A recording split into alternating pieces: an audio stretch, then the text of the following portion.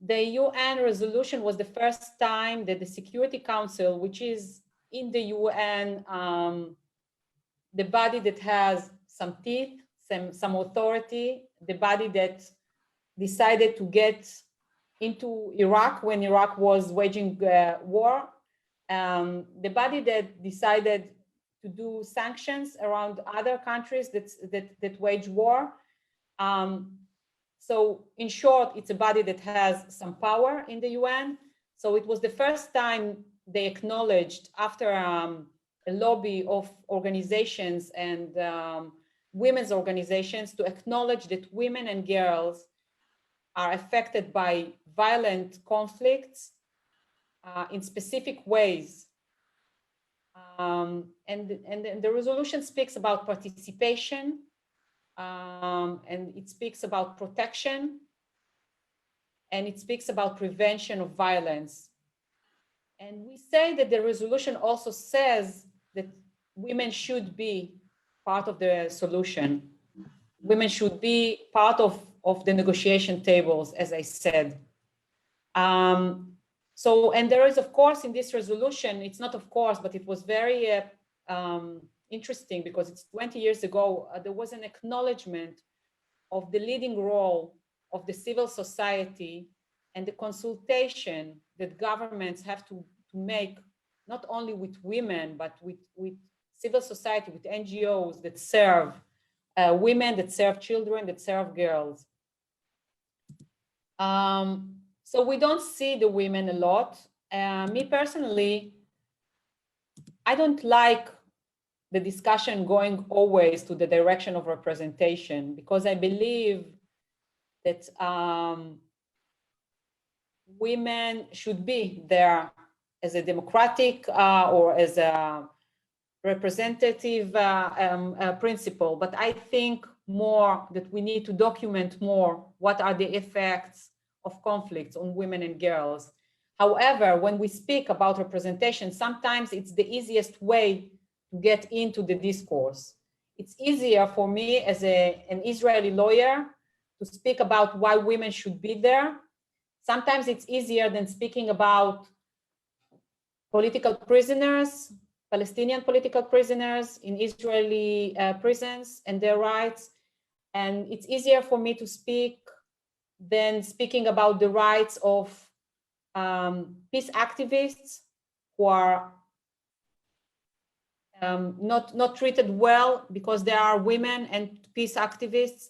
And it's easier for me speaking about representation of diverse women than speaking about the nuclear weapon and what it does to the ecosystem and what it does to all of us when we are in totally militarized society and we are going and militarizing ourselves all the time, and what are the effects of militarization on women.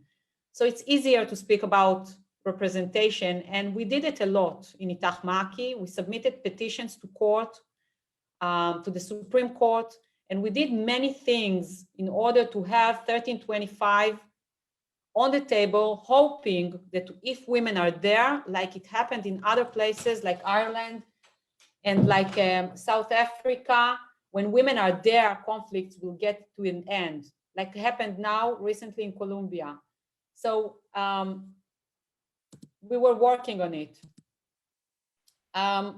We were doing other things. Then in a certain, after making so many petitions, we also had a coalition of many women and 30 women's organizations in order to make a national action plan.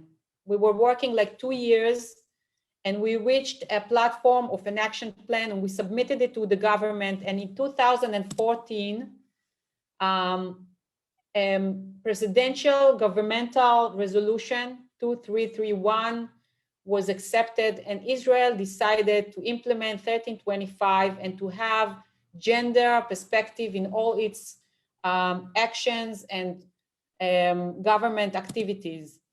And it required, of course, lots of documentation and data and all kinds of other things. But unfortunately, in the last 6 years, the government and all the governments, which are frequently changing here, as we change our closet less times than the government changes here. So it wasn't enforced, and it wasn't implemented. So we said, okay, let's change the discourse. So איתך, מעכי, along with other organizations, you see everyone here, Women Waging Peace, and the Adam College for Peace. We were doing training of women from all places of society, very diverse women, to speak the discourse of 1325, hoping they will get into politics, they will get into places of making change and changing their communities. So we've done many things. I don't want to speak a lot about coronavirus and the effect on women and the connection to 1325, because I don't want to tire us all with this ongoing issue of COVID.